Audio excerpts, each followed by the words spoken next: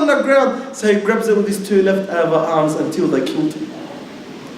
And then when he died, radiallahu ta'ala anhu, when he died, radiallahu ta'ala anhu, sallallahu alayhi wa sallam stands over his deceased body. They had a cloth, he had a cloth on him. If they cover his head, his feet will show. And if they cover his feet, his head will show. And then sallallahu alayhi wa sallam stands and says, by Allah, by Allah, by Allah, I used to see this teenager, the most spoiled teenager in Mecca. And he left everything for the sake of Allah and His Prophet. I witness, this is the witness of the Prophet. I witness that this man is the shaheed in front of Allah in the hereafter.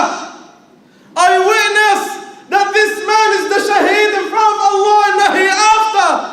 I witness that this man is the shaheed in front of Allah in the hereafter. And for the example of this man, Allah Azza wa Jalla revealed in the Quran, مِنَ الْمُؤْمِنِينَ رِجَالٌ صَدَقُوا مَا عَاهَدُوا اللَّهَ عَلَيْهِ فَمِنْهُمْ مَنْ قَضَى نَحْبَهُ وَمِنْهُمْ مَنْ يَنْتَظِرُ وَمَا بَدَّلُوا تَبْدِيلًا. From the believers that are men, they fulfilled their promise to Allah. From the believers that are men, they fulfilled their promise to Allah. Some of them had died in the path of Allah, and the other some are still waiting to die in the path of Allah. Mus'ab ibn Umair, a great teenager. Where do we start? Where do we end? Radiyallahu ta'ala anhum wa ardahum. They were a great example. Sallallahu alayhi wa sallam, he says, لا تسبوا أصحابي. Do not swear on my companions. For one of you to donate, the amount of the mountain of Uhud would not even equal to what one of them donates with a full hand.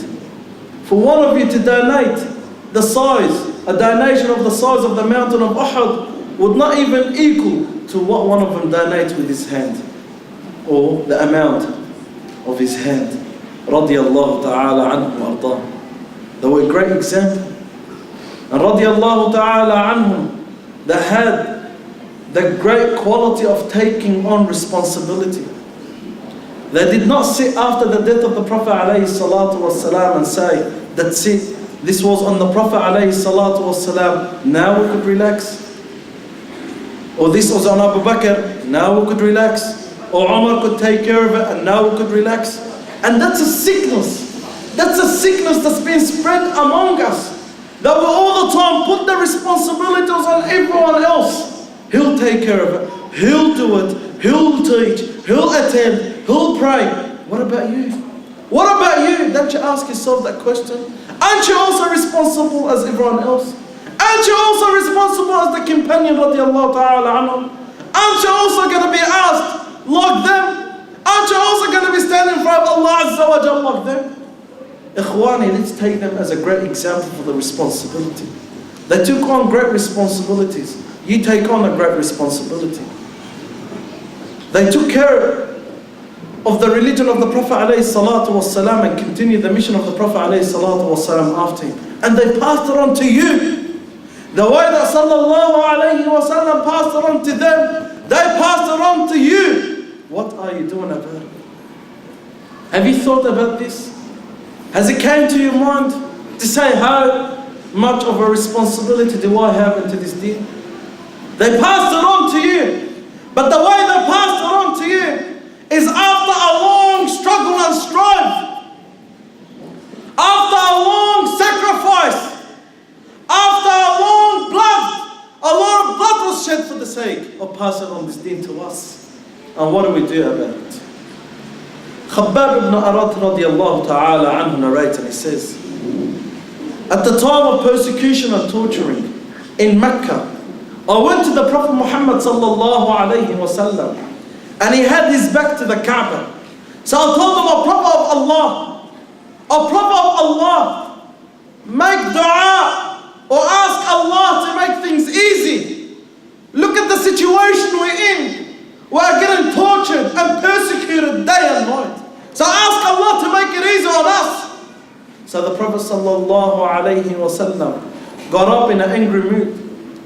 And he said, by Allah, it used to be for the ones before you, they'll be combed with an iron comb. They'll be combed with iron comb, ripping their flesh and blood and bones. And this would not turn them away from the deen of Allah. And they'll be chopped into 2 pieces to turn away from the deen of Allah. And this would not even turn away from the deen of Allah. And then the Prophet Muhammad sallallahu alayhi wa sallam, he says, by Allah will come to a time where the shepherd from Sana'a, from Yemen, will come all the way to Mecca by himself, does not fear no one but Allah, and the wolf is attacking or will attack his sheep. And the Prophet sallallahu alayhi wa sallam then says, and by Allah, the Muslim female walk all the way from the Hira, a place nearby Iraq, all the way to Mecca by herself. She does not fear no one but Allah.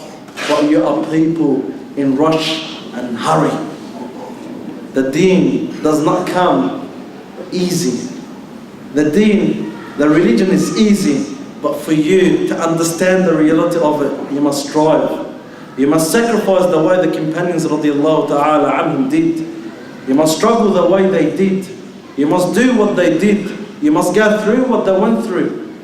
Not sit down and not do anything about it. Allah subhanahu wa ta'ala says, وَالسَّابِقُونَ الْأَوَّلُونَ مِنَ الْمُهَاجِرِينَ وَالْأَنصَارِ وَالَّذِينَ اتَّبَعُوهُم بِإِحْسَانٍ رَضِيَ اللَّهُ عَنْهُمْ وَرَضُوا عَنْهُ وَأَعَدَّ لَهُمْ جَنَّاتٍ تَجْرِي تَحْتَهَا الْأَنْهَارُ خَالِدِينَ فِيهَا ذَلِكَ الْفَوْزُ الْعَظِيمُ. And the first muhajirin, from the first muhajirin and the ansar, and their followers, which is you, and their followers, and the first muhajirin and ansar and their followers who follow their footsteps, Allah Azza wa Jal is well pleased from them, and they are pleased from Allah, and Allah had prepared for them a paradise where rivers flow from beneath it. ذَلِكَ الْفَوْزُ الْعَظِيمُ. This is the true success. This is the true success. This is the true success. The success of following the Prophet Muhammad alayhi salatu wassalam and his beloved companions. Let's look up to them, take them as our great example, and follow their footsteps, follow their path to be like them in this world and to enter the paradise with the Prophet and them in the hereafter. Allahumma ja'alna min alladhina yastami'una al-qawl fayattabi'una ahsana wa jazakum Allah khair. And I remind you of the hadith of the Prophet Muhammad sallallahu alayhi wa sallam, in which he says, بُعِثْتُ بِالْحَنَفِيَّةِ السَّمْحَةِ وَنُصِرْتُ بِالشَّبَابِ وَخُذِلْتُ بِالشُّيُوخِ. I was sent by the natural religion, if the interpretation or the translation applies. I was sent by the natural religion, and I was supported by the teenagers. I was supported by the teenagers. The teenagers stood by me. The teenagers were with me.